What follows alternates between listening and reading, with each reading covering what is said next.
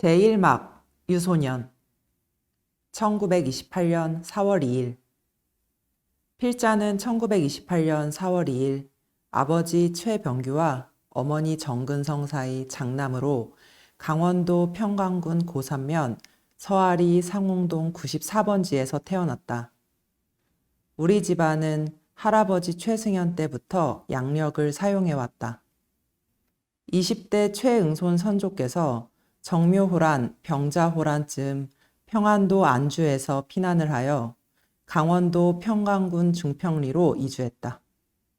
22대 최웅남 선조에 이르러서는 1658년 평강군 고산면 서아리로 이사하여 독골에 900평의 기와자택을 지었다.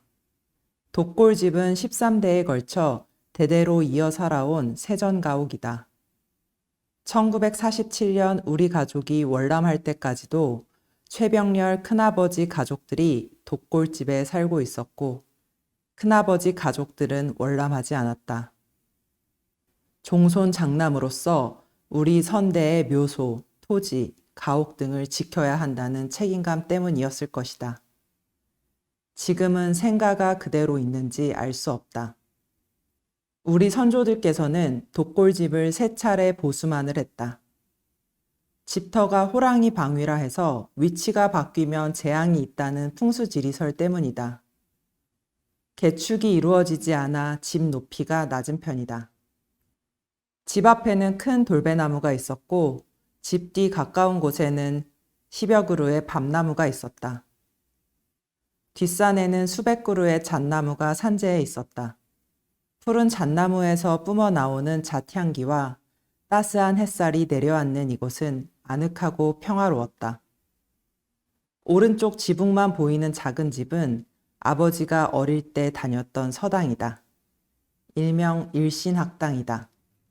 뒷산의 잣나무들은 1944년 일본군의 징발령에 의하여 대부분 벌채되었다. 아버지 말씀에 의하면 이때는 고을에 사진기사가 없었기 때문에 사진을 찍으려면 서울이나 원산에서 기사를 초청해야 했다. 기사를 말에 태워 데려와야 하고 수수료, 숙박비 등 많은 돈을 지불해야 촬영할 수 있었다. 1931년 3살 때 아버지 식구들은 최병렬 큰아버지 댁에서 분가해서 평강군 유진면 사창리 주빈동 77번지로 이사했다. 고산면에서 유진면으로 면 소재지가 바뀐 것이다. 독골에서 산 하나를 넘으면 바로 붉은 봉이다. 산골 중에 산골이다. 아버지가 붉은 봉에 땅을 사서 집을 지은 후에 이사를 간 것이다. 붉은 봉은 경원선 건불락역에서 30리 거리에 있다. 필자가 태어난 시기는 일제 통치하였고 제1차 세계대전 종전 이후에서 제2차 세계대전 발발 이전까지의 중간 시기로서 세계대전급의 전쟁은 없었다. 그렇지만 1929년부터는 세계적인 대공황이 시작되고 있었다. 출생 전후의 세계 주요 사건은 1927년 미국의 린드버그 조종사가 비행기로 대서양을 횡단하는 기록을 가졌고 1928년에는 영국의 알렉산더 플레밍이 최초로 항생제 페니실린을 발명하여 의학 발전에 큰 획을 그었다. 1929년에는 미국의 해밍웨이가 무기여 잘 있거라 라는 전쟁 소설을 발간했고 미국의 천문학자 허블이 우주 팽창 이론을 발표했던 그런 시기였다. 아버지 최병규. 아버지 최병규는 최승현 할아버지와 박씨 할머니 사이에서 둘째로 1909년 1월 2일 강원도 평강군 고산면 서아리 상홍동 94번지에서 태어났다.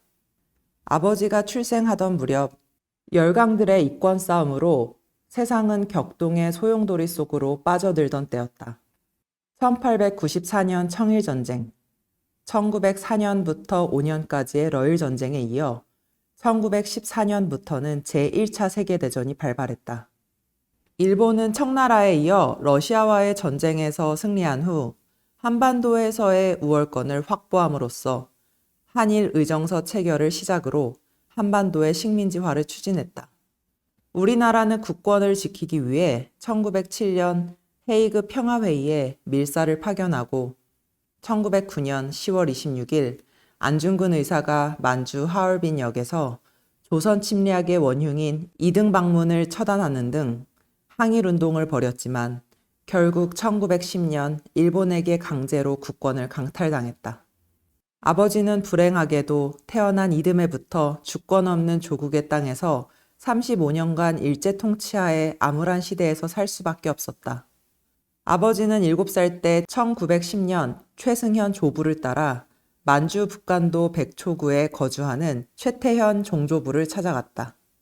이때 독골에서 건불랑까지는 도보로, 건불랑에서 원산까지는 기차로, 원산에서 청진까지는 기선 경기환으로, 청진에서 회령까지는 기차로, 회령에서 두만강을 건너 팔도구까지는 소달구지로 갔다. 험난한 길이었다.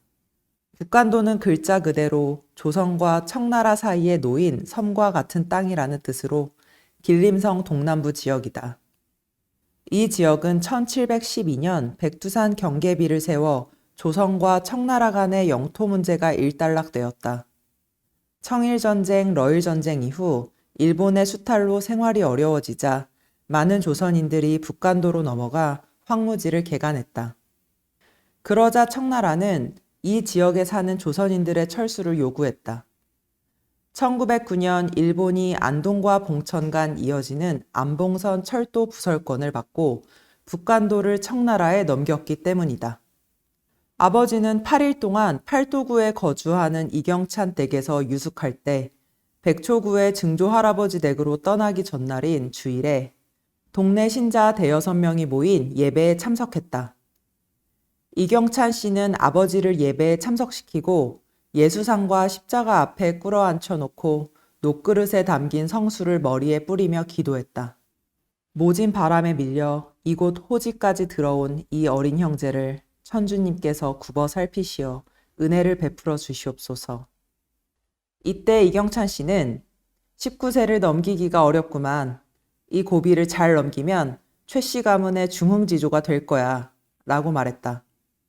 이경찬 씨가 집전한 이 의식은 아버지의 가슴속 깊이 한평생 자리 잡고 있었다. 아버지는 1916년부터 1922년까지 공부에 집중했으며 7년 동안 배우고 읽은 책은 논어, 맹자, 중용, 산해경, 동학연의, 서한연의, 열국지, 삼국지, 양계초 문집, 몽견 제갈량 등이다. 아버지는 1917년 9월에 고향인 평강으로 돌아와 평강공립보통학교에 입학했다.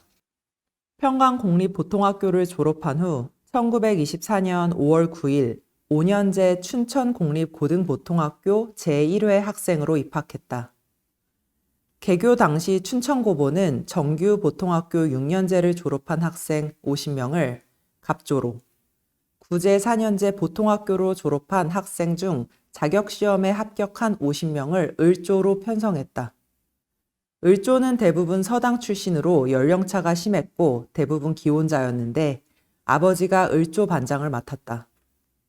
아버지가 3학년에 재학 중이던 1926년 4월에 대한제국의 마지막 황제인 순종이 서거하자 갑자기 조장 이영길과 같이 정교 학생들에게 순종 서거에도 상장 달기 운동을 주도했다.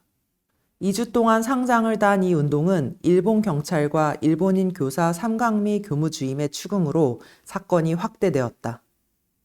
아버지는 불온 학생으로 낙인 찍혀 일본 경찰에 끌려가 곤욕을 치렀지만 좌등원장 교장의 수습으로 일단락되었다. 이 사건 이후 아버지는 1926년 10월 4일을 기해 한국인 학생들을 멸시하고 구타 폭언을 일삼는 일본인 교무주임 상강미 교사 배척을 위한 전교생 동맹 휴학을 주도했다. 일본 경찰이 아버지를 체포하려 하자 교장이 사퇴 수습에 나섰다. 좌등원장 교장은 강원도 교무과장인 진내이부와 협의하여 조장인 아버지와 이영길 학생을 대동하고 조선총독부 항무국장을 만나러 경성으로 떠났다.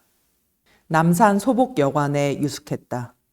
항무국장과 좌등원장 교장은 아버지께 보성고등학교 전학을 권했으나 삼광미 교무주임을 퇴직시키지 않으면 전학하지 않겠다고 완강히 주장했다. 결국 일본 당국은 아버지를 퇴학 처분과 함께 강제로 고향으로 귀양시켜 평강에서의 3년 거주 제한, 일명 금종령을 내렸다. 아버지는 결국 1929년 3월 6일 제1회 졸업식에서 졸업장을 받지 못했다. 당시 동맹 휴학 사건을 보도한 1926년 10월 8일자 동아일보의 기사는 다음과 같다. 춘천고보 맹휴. 지난 4일 오후 2시부터 춘천공립고등보통학교 2, 3학년생도 120여 명은 돌연히 탄원서를 학교 당국과 도학무과에 제출하는 동시에 동맹 휴학을 단행했다. 그 원인은 동교 모리 교무주임이 평소부터 학생들을 사정없이 때리므로 그를 배척하기 위한 7가지 조건을 제출하였다. 학교 당국은 주범자 생도 4명에게 5일 오전 2시 반경에 퇴학을 명하였고 나머지 학생들의 등교를 권유하고 있으나 학생들은 최후까지 강경하게 나가겠다고 고집 중이라고 한다.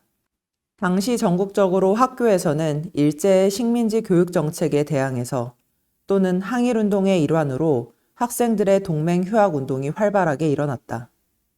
이러한 운동들은 마침내 1929년 11월 광주 학생운동으로 이어지게 되었다.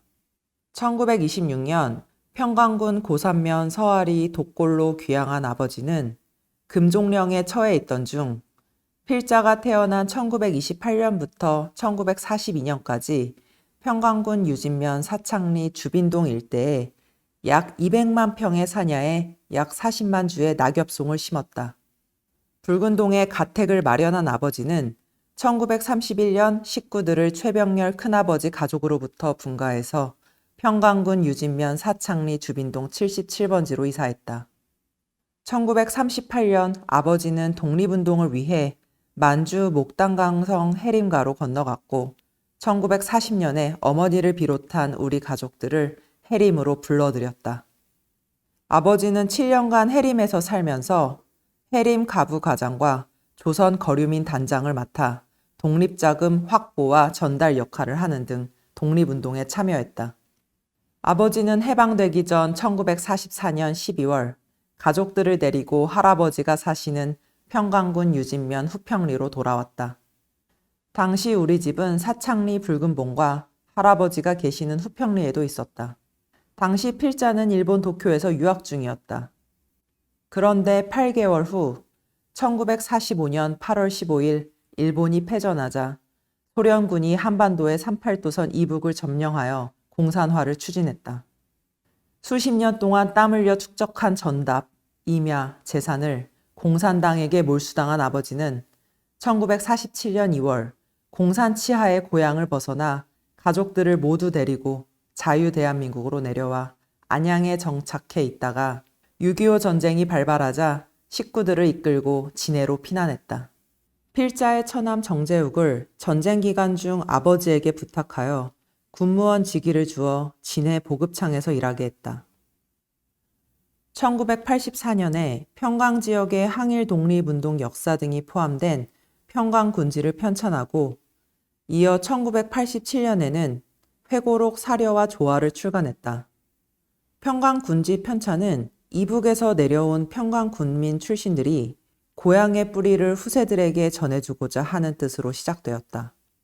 평강군민회에서는 일제 때 당신 아버지께서 평강군지를 편찬하셨으니 당신이 평강군지를 새로 만들어 주었으면 좋겠소 라고 아버지께 요청했다. 이를 수락한 아버지는 아무것도 없는 맨주먹으로 자료 수집과 할아버지가 쓴 평강군지를 찾기 위해 여러 도서관을 들렀다. 도서관에 있을 것이라는 큰 기대를 하지 않았는데 각고의 노력 끝에 국립중앙도서관에서 평강군지를 찾아낸 것이다. 딱 한 권만이 남아 있었다. 그때 큰 기쁨과 함께 아버지는 역사 기록과 그것을 보존하는 도서관의 중요성을 새삼 느꼈다고 했다. 1999년 2월 12일 아버지는 춘천공립고등보통학교에서 퇴교된 지 73년 만에 명예 졸업장을 받았다. 전교생들은 모교를 방문한 제1회 선배인 아버지를 열렬히 환영했다. 이때 필자와 동생 웅섭도 춘천고등학교 졸업식과 병행한 명예 졸업장 수여식에 참석했다. 아버지는 당시 애국심이 앞서 실천한 일이었기 때문에 졸업장에 연연하지는 않았지만 한쪽 가슴에 항상 아쉬움이 남아 있었다. 이제 명예 졸업장을 받아 졸업생 명단에 끼게 돼 더욱더 기쁘다는 소감을 전교생 앞에서 말했다. 졸업식이 끝나고 우리는 아버지의 학적표가 궁금해서 학적을 관리하는 선생에게 요청하여 찾아보았다. 학적표에는 다음과 같이 기록되어 있었다.